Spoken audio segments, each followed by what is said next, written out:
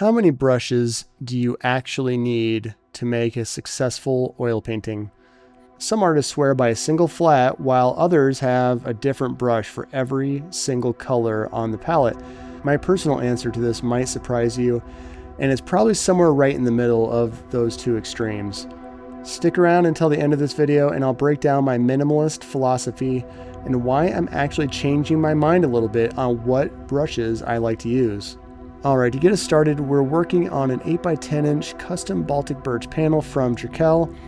I love using this, it's a very sturdy panel. I start by just doing some drawing with some burnt umber and odorless mineral spirits.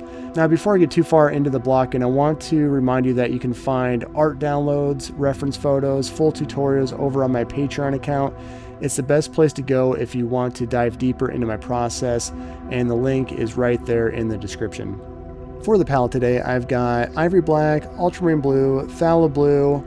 I'm using some transparent oxide reds, alizarin claret, cadmium red, and then I get into some yellow ochres, cadmium yellow lights, and titanium whites. I'm not using all these colors, but I like to have them there just in case I need them.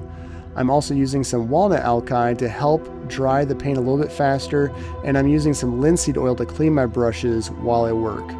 Today I'm using quite a wide variety of brushes. This painting is all about trying as many brushes as possible. So I'm using brights, filberts, long flats, and even a script and liner brush. I usually have a very specific way of working, but for this particular painting, I decided to play around and try out a bunch of different brushes. You'll see me use these brushes in a lot of different ways, some not intended really, but I do use the brights quite often, and the long flats and the filberts. Those are probably the three most common brushes I'm using. When I get into those really thin brushes like the script and the liner, that's when I try some different things just to see if I can get some unique texture on this painting. So let's get back to the question, how many brushes do you really need? My answer is probably simpler than most. For years, my secret has been that I usually just use brights in different sizes, and that's about it. I like the consistency and I like the mark making of a bright. I like to keep the width of my brushes varied, but I don't usually feel the need to vary the types of brushes that often.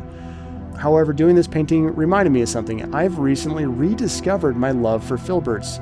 Just like I used to use back in the day, there's a specific way a filbert handles a transition that a bright just can't quite replicate without a lot of extra work.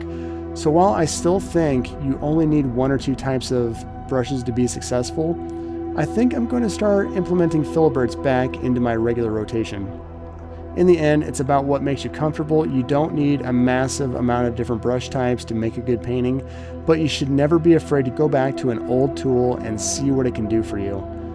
Thanks for watching this 8x10 demo. I do plan on uploading this over on my Patreon account, so check it out there later. And if you could, like and subscribe to this video, I'd really appreciate it. Check me out over on Instagram if you get a chance as well. Now I'm just going to go ahead and put some music on and let the rest of this video play out. For this painting, I decided to call Transported.